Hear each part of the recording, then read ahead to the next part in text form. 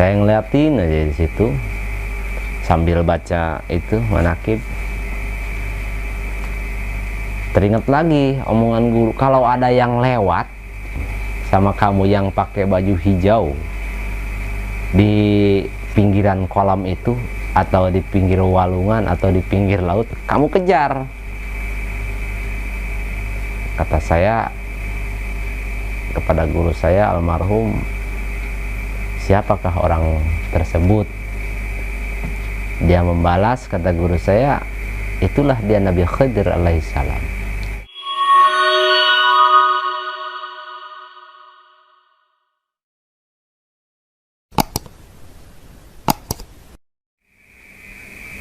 Untuk selanjutnya kita bisa seperti zikir ya, membaca sholawat kepada Nabi kita supaya diberikan keberkahan oleh Allah Subhanahu wa Ta'ala, dan kelak diberikan syafaatul uzmanya oleh kanjeng Nabi kita, kanjeng Nabi Muhammad SAW.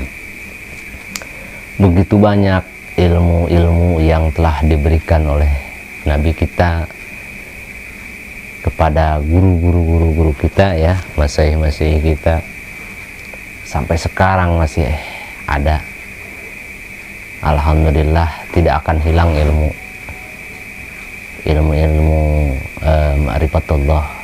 Akan hilang itu ketika akan menjelang kiamat mungkin mulai gitu.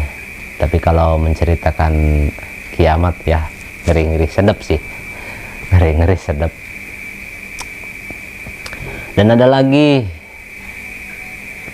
bacaan-bacaan untuk mendapatkan hasil-hasil maksud selain daripada sholat kasbi, juga ada seperti bacaan-bacaan sholawat ya.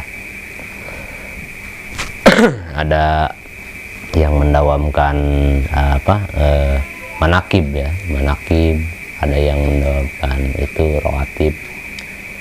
Dulu cerita sedikit nih,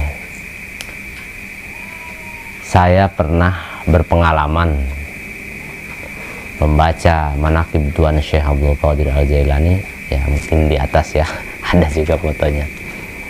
Ada salah satu guru almarhum al-maghfurlah juga, udah meninggal guru saya juga yang itu.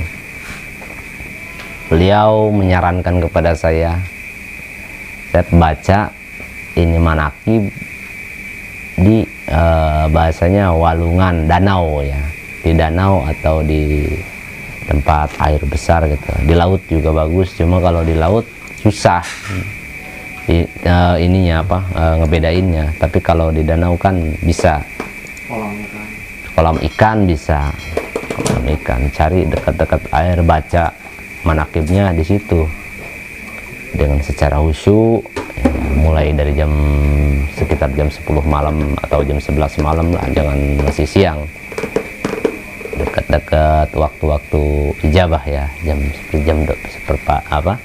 seperempat malam itu baca itu manakib Tuan Syekh.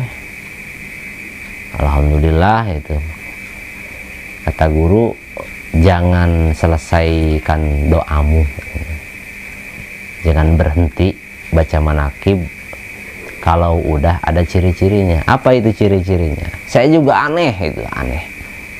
Silahkan mau percaya atau tidak, yaitu mah cerita pengalaman pribadi saya sendiri. Ada rumah gede, di situ ada seperti kolam ya, kolam ikan, gede juga kolam ikannya. Di situ saya baca, ketika itu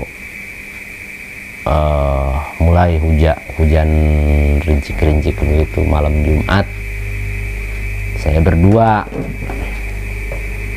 disuruh saya juga pinggir danau atau itu mah di pinggir kolam aja, tapi yang penting airnya tenang aja. Kata guru, kalau airnya udah kayak ombak, airnya udah beradu, terusin aja ya, nanti ada yang lewat, kamu kejar, pinta doanya. Saya manut sama guru saya sendiri, saya kerjakanlah itu berdua sama saudara. Ketika air udah mulai ombaknya kayak ada ombak. Saya juga aneh itu, padahal bukan laut, kolam ikan seperti biasa, angin juga nggak ada anehnya, tapi airnya kayak ada ombak. Bingung saya juga ngelihatnya, kok begini ya itu. Terus saya nggak berhenti ngelihat air udah kayak tsunami, cegur gitu di tengah, ombak aja, ombaknya ngadu di tengah, cur gitu. Dari pojokan ke pojokan yang lainnya itu, cur. Tapi anehnya airnya itu ngadunya di tengah. Yang bikin saya heran sampai sekarang itu kehebatan daripada manaqib Tuan Syekh Abdul Qadir Al-Jailani. Masya Allah, karomahnya, walaupun beliau sudah tidak ada, tapi beliau masih hidup sampai sekarang, dan saat ini juga masih hidup di dalam hati-hati. Saya ngeliatin aja di situ sambil baca itu manaqib. Teringat lagi omongan guru, kalau ada yang lewat sama kamu yang pakai baju hijau di pinggiran kolam itu, atau di pinggir walungan, atau di pinggir laut, kamu kejar. Kata saya kepada guru saya almarhum, siapakah orang tersebut? Dia membalas, kata guru saya, itulah dia Nabi Khidir alaihissalam.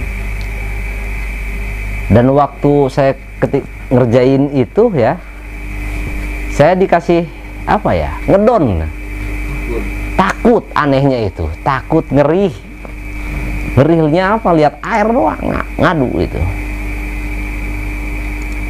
Saya juga heran, air kok begini ya beradunya. Habis gitu jegur aja air ya, lewat di pinggir pematang itu, set lewat. Kirain saya yang lagi benerin air.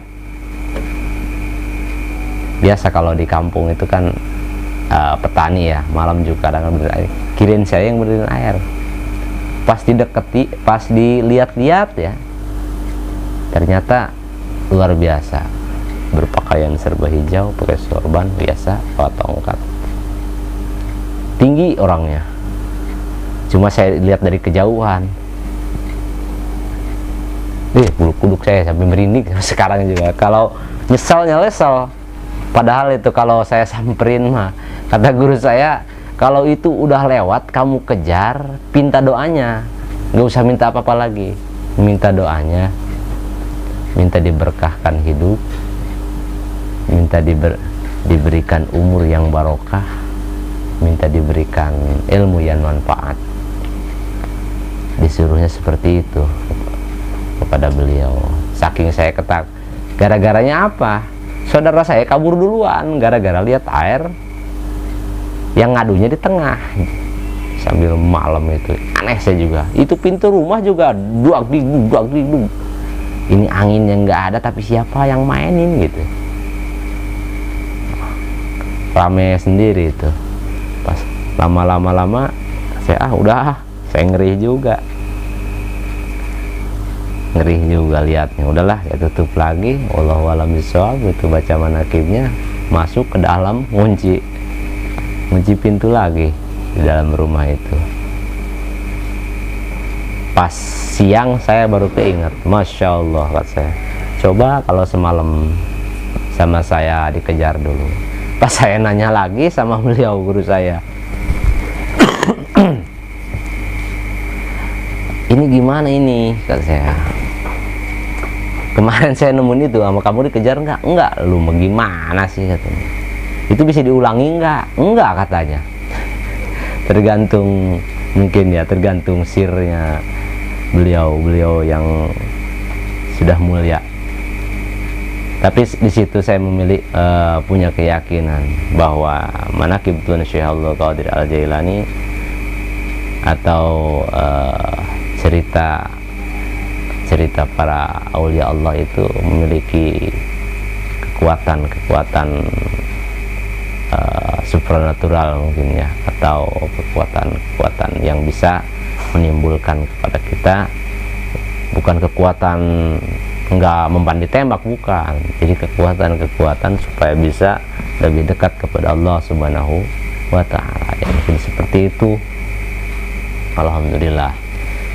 Dari pengalaman pribadi saya. Sampai sekarang saya belum coba lagi, cuma agak gimana ya, agak takut sebenarnya. Ngeri sedap. Ngeri sedap pokoknya. Kalau menyeritain itu, pengalaman yang amat luar biasa. Alhamdulillah.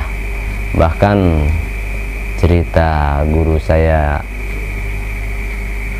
salah satu guru saya itu, beliau masih muda tapi luar biasa keilmuan batinnya itu sungguh luar biasa. Cuma Allah lebih sayang kepada beliau, mungkin beliau udah dipanggil duluan. Semoga beliau juga yang telah memberikan amalan itu kepada saya, semoga diberikan tempat yang layak, yaitu rodah min riyadil jinan, surganya Allah Subhanahu wa Ta'ala untuk beliau. Dan mudah-mudahan ilmu beliau bisa bermanfaat untuk saya dan juga halayak ramai.